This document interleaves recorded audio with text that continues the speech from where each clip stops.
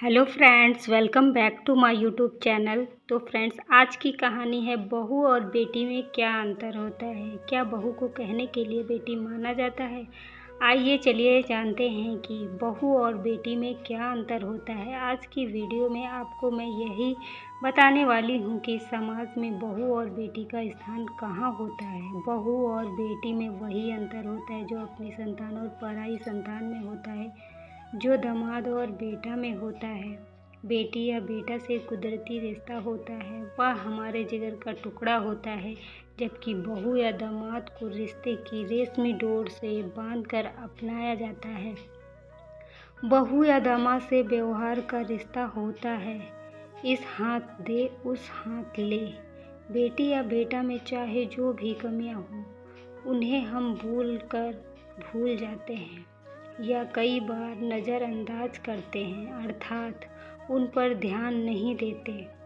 जबकि बहू या दामाद में जो कमियां होती हैं उन्हें हम भूलते नहीं, कभी भी प्रत्यक्ष या परोक्ष रूप से दो चार बातें सुना भी देते हैं। बेटी या बेटा भले ही गलत संगत में पड़कर हमें नुकसान पहुंचा दे, लेकिन हम अपने बच्चों पर विश्वास करते हैं। जबकि बहू या दामाद चाहे हमारे कितने भी हितैषी हो, हम उन पर 100% विश्वास नहीं करते।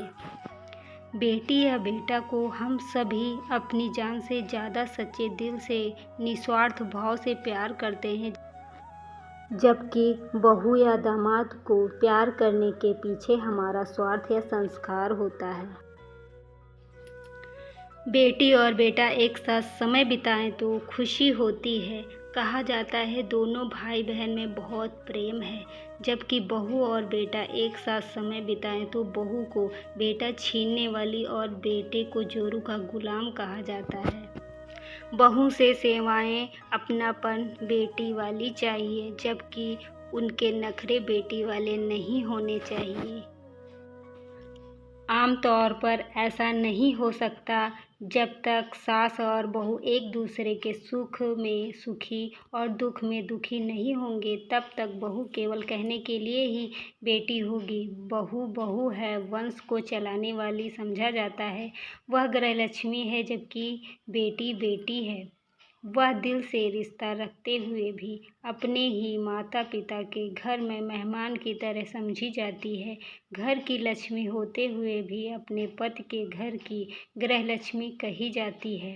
बेटी और बहू दोनों का अपना स्थान और महत्व है, किसी की जगह कोई नहीं ले सकता, कुछ अपवाद को छोड़कर।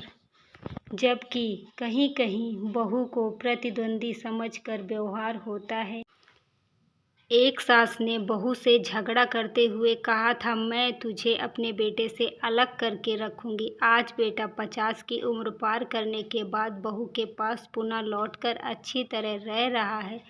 सवाल का दूसरा पक्ष, क्या बहू को कहने के लिए ही बेटी माना जाता है? बेटी या बेटा की खुशी के लिए मनुष्य किसी भी हद तक जा सकता है, उन्हें सुख पहुंचाने के लिए कितना भी कष्ट सह सकता है, जबकि बहू या दामाद के लिए नहीं। एक सास ने बहू को कड़वे वाक्य सुनाने के बाद कहा था, गुस्सा हो गई हो तो जाओ, मुझे फ़र्क नहीं पड़ता। तो फ्रेंड्स, आपको यह कहानी सुनकर समझ में आ गया होगा कि बहू और बेटी में क्या अंतर होता है। बहू बहू होती है और बेटी बेटी होती है। तो फ्रेंड्स, उम्मीद करते हैं आपको यह कहानी अच्छी लगी होगी। अगर मेरी कहानी अच्छी लगी है तो please like, comment, share and subscribe my channel. तो फिर मिलते हैं एक नई कहानी लेकर, तब तक के लिए बाय बाय।